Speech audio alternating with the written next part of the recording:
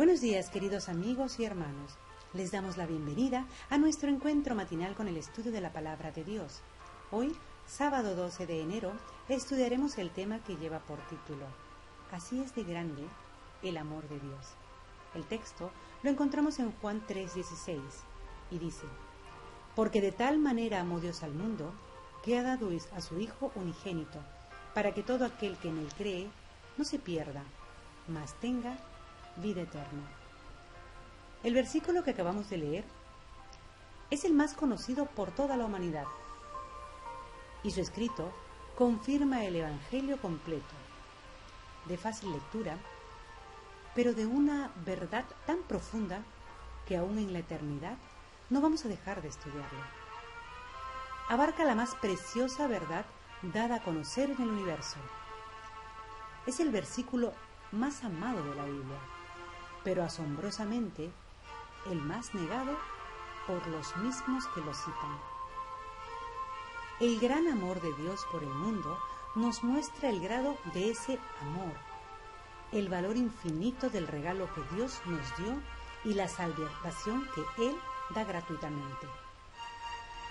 Para poder comprender este gran mensaje de amor que Dios nos pronunció, primeramente debemos considerar y creer en forma absoluta que fue el mismo Cristo quien pronunció estas palabras con el deseo que conozcamos el gran amor del Padre por el mundo y que tengamos fe de ese real, genuino y gratuito amor de Dios hacia nosotros.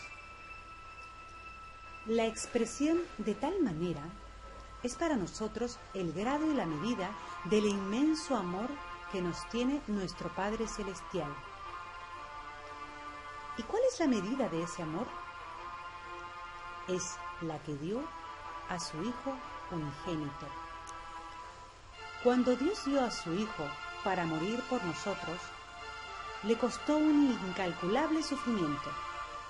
Cristo era el único ser en todo el universo que era parte de Dios en el sentido más verdadero. En el libro Conflicto de los Siglos, página 547, dice: Cristo, el Verbo, el unigénito de Dios, era uno con el Padre Eterno, uno en naturaleza, en carácter y en designios. Era el único ser en todo el universo que podía entrar en todos los consejos y designios de Dios. Cristo realmente salió de Dios, nació de Él, engendrado por Dios. Así nos da a entender en Proverbios 8, 22 y 24. Jehová me poseía en el principio, ya de antiguo, antes de sus obras. Eternamente tuve el principado. Desde el principio, antes de la tierra, antes de los abismos, fui engendrado, antes que fuesen las fuentes de las muchas aguas. Pero aún así, dio a su Hijo unigénito para sufrir todo esto, para mostrar la grandeza de su amor hacia nosotros. Pero consideremos esto. Si Jesús no era realmente el Hijo de Dios, entonces, ¿qué sacrificio hizo el Padre si solamente tiene el título de Padre? ¿A quién dio si el Hijo era su coeterno? ¿A otro Dios? ¿A un amigo? ¿A un colega?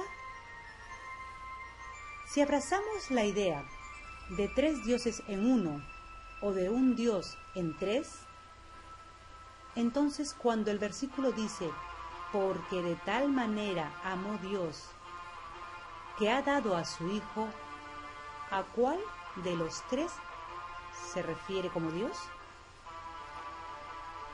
El Padre dio a su Hijo, el Espíritu dio a su Hijo, el Hijo dio a su Hijo. Aunque estas preguntas parecieran ridículas, son necesarias para que veamos claramente lo que el texto dice. Dios es el Padre. Él es quien dio a su único Hijo.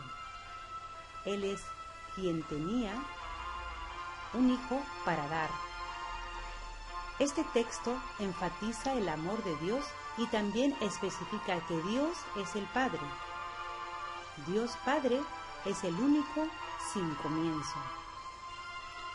Querido amigo y hermano, deseamos que la palabra de Dios te haya llenado de conocimiento y de amor, comprendiendo el verdadero significado de lo que es en realidad nuestro Padre Celestial, tal como lo expresa San Juan 3:16.